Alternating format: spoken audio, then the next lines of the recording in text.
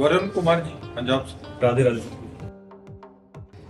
महाराज जी, आपने एक समस्या रखी है कि महाराज जी आजकल देश का कानून महिलाओं के अनुकूल होने के कारण बहुत से महिला परिवार इसका दुरुपयोग करते हुए पुरुष परिवारों का शोषण कर रहे हैं। महाराज जी ऐसे में चलते मतलब कभी कभी पुरुष इतने पीड़ित हो रहे हैं कि वो आत्महत्या जैसी स्थिति भी बन रही है। इस मुश्किल परिस्थिति का सामना महाराज जी किस प्रकार किया जाए? हाँ, क्योंकि एक दो घटनाएं हमारे भी सामने आई तो हमको भी पता चला। वैसे हमें ना हम समाचार सुनते हैं, न टीवी देखते हैं, न मोबाइल रखते हैं, न किसी संसारी आदमी से मिलते हैं। बस इतना ही मिलना होता है। तो संसार में क्या हो रहा है मुझे कुछ पता नहीं। तो जब कभी कोई ऐसी बात सामने आती है तो समझ में आता है कि संसार में ऐसा भी हो रहा है। उनको पता है कि उनकी बेटी गलत कर रही है, लेकिन हाँ, बाबा वही फिर भी सहयोग करते हैं उनका। हाँ, उसको बोलते हैं तू कर, हम तेरे साथ हैं। हाँ, मतलब ऐसे करके वो एक नहीं 2 3 4 परिवारों से पैसा लूटते हैं बस। हाँ, ऐसा है क्योंकि हमें जानकारी हुई ऐसे लोग हैं। पर अभी जैसे इनसे कह रहे थे कि ऐसा नहीं कि बुराई नहीं है, अब बुराई तो है ही। जिनके बुरे आचरण हैं, जिनका बुरा लक्ष्य है। अच्छा, कानून ने इसलिए महिलाओं को सपोर्ट किया कि बहुत अत्याचार पुरुष महिलाओं के साथ करते हैं। ब्याह हो के जाता तो मानो अपनी दासी समझते थे और ऐसा व्यवहार करते थे। एक हमको मिले, निम्बुआ घाट गंगा के किनारे है, तो वहाँ भी लोग आते थे। तो उनमें एक बड़ी सुंदर लड़की आई जो यहाँ सफेद हो चुकी थी ऐसे। हमने कहा इसको एक फूल रोग होता है, दाग का। तो हमने कहा ये है क्या? बोले नहीं। तो हमने कहा क्या है? तो वो आंसू रोने लगे उनके पिता, और उन्होंने कहा कि हमारे पास भगवान ने सब कुछ दे रखा है। हमने करोड़ों रुपए लगाकर इस बेटी का ब्याह किया। जहाँ ब्याह किया वो लोग चारपाई में बांधकर हमारी बेटी को मारते। एक बार हम धन दे दिया, 2 बार दे दिया, लेकिन बार बार धन की मांग करते, और जब नहीं दे पाए चारपाई में बांध करके आग लगा दी बेटी को। वो जो रस्सी नजदीक वाली जली तो वो भाग पाई, जली तो सर से ढीला पड़ा ना, भाग पाई। वो बगल के घर में कूद गई, छप्पर थे, छप्पर से कूद गई। वो लोग धर्मात्मा थे और उनके पास राइफल थी। उन्होंने तुरंत राइफल उठाई, कहा अब अगर हमारे घर में आ गई है, अगर तुमने तो हम गोली मार देंगे। फिर वो अपने मायके में बैठी थी। तो कई ऐसे केस सामने आते हैं जिनमें पुरुषों ने महिलाओं के साथ बड़ा अत्याचार किया, जिसे अत्याचार कहते हैं। बहुत मारना पीटना, जानवरों की तरह व्यवहार करना, घर परिवार के लोगों से एक दासी समझ करके मतलब व्यवहार करना। तो ये कानून जरूरी था, लेकिन ये कानून स्त्री की सुरक्षा के लिए है, पुरुष के शोषण के लिए नहीं है। अब उसका दुरुपयोग किया जाता है, उसी कानून का दुरुपयोग किया जाता है। देखो, प्यार में जो सुख है वो व्यभिचार में सुख नहीं है, ये आप समझ लो। आज इससे अगर आपको प्यार नहीं है, वो व्यभिचार है, और इसमें सुख नहीं है। इसमें कई तरह के भय हैं और पाप है। दोनों ने हाथ मिलाया कि हम आजीवन पार करेंगे। ये डिवोर्स, ये विरोध, ये नीच कर्म, ये सब अच्छी बातें नहीं है। जीवन बर्बाद हो जाए। अगर भगवान का भजन करोगे, भगवान का आश्रय लोगे, तो जो दुराचार कर रहा है, अत्याचार कर रहा है, उसका विनाश अपने आप हो जाएगा। तो हम ऐसा नहीं कहते कि केवल माताएं बहनें ही गलत हैं। पुरुष भी बड़े अत्याचार करते थे, तब ये कानून बनाए गए। और बहुत अच्छा है स्त्री के सपोर्ट के लिए कानून होना, लेकिन उस कानून का दुरुपयोग करना ठीक नहीं है। उस कानून के फायदे उठाओ, दुरुपयोग नहीं। अपनी सुरक्षा व्यवस्था के लिए वो कानून है, ना कि पुरुषों को सताने के लिए ऐसे कानून। तो कुछ जो भूली हुई माताएं बहनें हैं, जो धर्म को नहीं जानती हैं, जो परलोक को नहीं जानती हैं, उनके द्वारा ऐसी गलतियां होती रहती हैं और होती रहेंगी, क्योंकि उनको ज्ञान नहीं है ना मैं क्या कर रही हूँ। मनमानी आचरण है। इसलिए हमें यही लगता है कि आप धैर्यवान बनिए और जहाँ तक हो ये बचाव पक्ष में रहिए। आप विरोध भाव को सहिए, भगवान सबका मंगल करते हैं। ऐसा है, आप जो कह रहे हैं वो गलत नहीं है, ऐसा है। पर ऐसा भी है कि पुरुषों ने महिलाओं के साथ बहुत अत्याचार किया, बहुत ही अत्याचार हमने देखा भी है।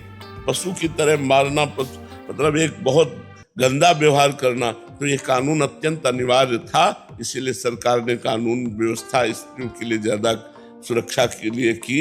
लेकिन अब उसका दुरुपयोग करे तो गलत बात है।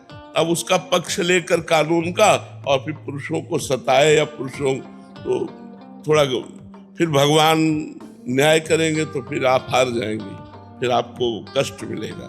फिर अवश्य में भोक्तव्यम कृतम कर्म शुभाशुभम, फिर अपने कर्मों के किए हुए फल भोगने पड़ते हैं। इसलिए आप धैर्यवान बनिए। ऐसे बहुत से हैं, बहुत से लोग हैं जो त्रसित हैं, जो बहुत परेशान हैं, जो मतलब कोई रास्ता नहीं सूझता है उनको। ऐसा है, पर भगवान से ही प्रार्थना कीजिए।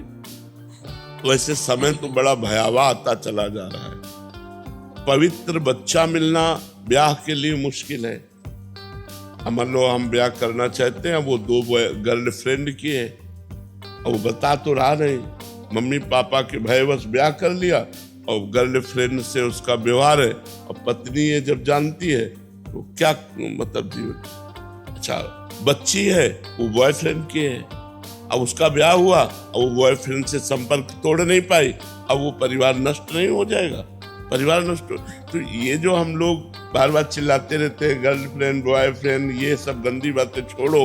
क्योंकि तुम्हारा मान लो आप 15 में होश में आई या आए और 20-22 में ब्याह हो गया, मात्र 8-10 वर्ष संभालने के थे कि 8-10 वर्ष अपने को संभाल लेते तो एक अच्छे गृहस्थ बन जाते। और जब गंदी आदत हो जाती है तो फिर कंट्रोल में मन नहीं रहता। मन ये नवम भोगना चाहता है, मन का स्वभाव है नया नया भोग मिले। तो जब हम एक पति में फिर कैसे रह पाएंगे? तो हमारी आदत खराब हो गई तो हम एक पुरुष में रह नहीं सकते। हमारी आदत खराब हो गई तो एक पत्नी को हम अपनी प्राण प्यारी मानकर नहीं रख सकते, वो 4 वृत्तियां भागेंगी इधर उधर। तो ये सब गंदी बातें हमारे समाज को खोखला कर रही है, गृहस्थी टूट रही है। आज गृहस्थी में वो प्यार नहीं है जो प्यार देखने को मिलता है कि पहले था ब्याह होके आ गया आजीवन निर्वाह होता था। अब आजकल लव मैरिज होता है, 1 वर्ष में डिवोर्स हो जाता है। क्या है? तो थोड़ा समाज भ्रमित हो रही है। अध्यात्म विहीन होने के कारण, धर्म विहीन होने के कारण, भगवत विमुख होने के कारण दिशा भटक रही है।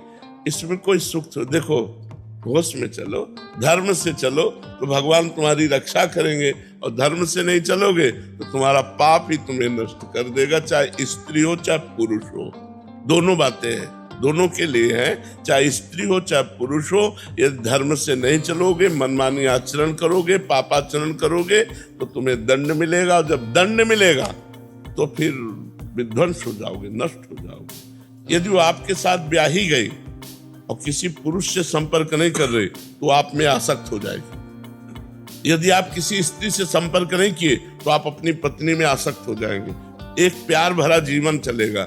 मतलब कितना अच्छा जीवन है गृहस्थी में, कितना अच्छा जीवन, दोनों दोस्त बनकर प्यार भरा जीवन। वो दिन भर मेहनत करके आया, आप मुस्कुराती हुई मिली और उसका स्वागत किया, उसका जीवन। अब वो दूसरे से बात कर रही, वो दूसरे से बात कर रहा, क्या जीवन है। तो अब ये तो बढ़ रहा है, ये बढ़ रहा है, क्योंकि जो विदेशी जीवन है उस जीवन की नकल की जा रही। जैसे लिव इन रिलेशन है, हमारी भारतीय पद्धति नहीं है। गर्लफ्रेंड बॉयफ्रेंड ये हमारी भारतीय पद्धति नहीं है। कहीं भी हमारे शास्त्र में, कहीं भी सनातन धर्म में या पीछे 40 वर्ष पीछे ऐसा कुछ नहीं था, ऐसा कुछ नहीं था। मतलब हम लोग सब एक ही स्कूल में पढ़ते थे और ये दिमाग ही नहीं था कि इस तरह का व्यवहार किया जाए। कबड्डी खेल रहे हैं साथ में, सब खेल 13-14 वर्ष के बालकों में ये बुद्धि ही नहीं रहती थी गंदी बात की। और आज तो मास्टर मिलेगा, आपको पढ़ा सकता है। वो 13-14 वर्ष का बालक आपको पढ़ा सकता है, क्योंकि मोबाइल है ना, वो सब कुछ देखकर समझ करके बड़ा प्रवीण हो जाता है। तो समय कलयुग का और आचरण धर्म विरुद्ध, तो हमारा समाज गिरता चला जा रहा। वो समझ नहीं पा रहा। जैसे नए बच्चे नशा करना, ये अवस्था उन्नति के लिए है या नाश के लिए है? उन्नति के लिए पढ़ो लिखो, संयम से रहो, दोस्ती करो, दोस्ती करना पाप नहीं है, लेकिन गलत आचरण मत करो। जब ब्याह हो जाएगा तो अपने पति के साथ वैसा व्यवहार करो, तो वो आपका पवित्र धर्म में जीवन होगा। मात्र 10 वर्ष की बात है, 15 से 25 तक कंट्रोल होने की जरूरत है। अगर 15 से 25 तक हम अपने को शासन में ले तो हमारी गाड़ी पार हो जाएगी, और 15 से 25 तक हमारे आचरण गिर गए तो पूरे जीवन गिराते रहेंगे, पूरे जीवन भर। आदत आदत होती है, अगर गलत आदत बन गई तो बन जाती है, वो बनी जाती है। अगर अच्छी आदत हो गई तो अच्छी आदत बन जाती है। तो आपका दुख सैकड़ों का दुख है, ऐसा नहीं सैकड़ों का दुख है, क्योंकि आज चंचलता बढ़ रही है। एकाग्रता पवित्रता छोड़कर चंचलता बढ़ रही, तो ये दोस्त तो आएंगे।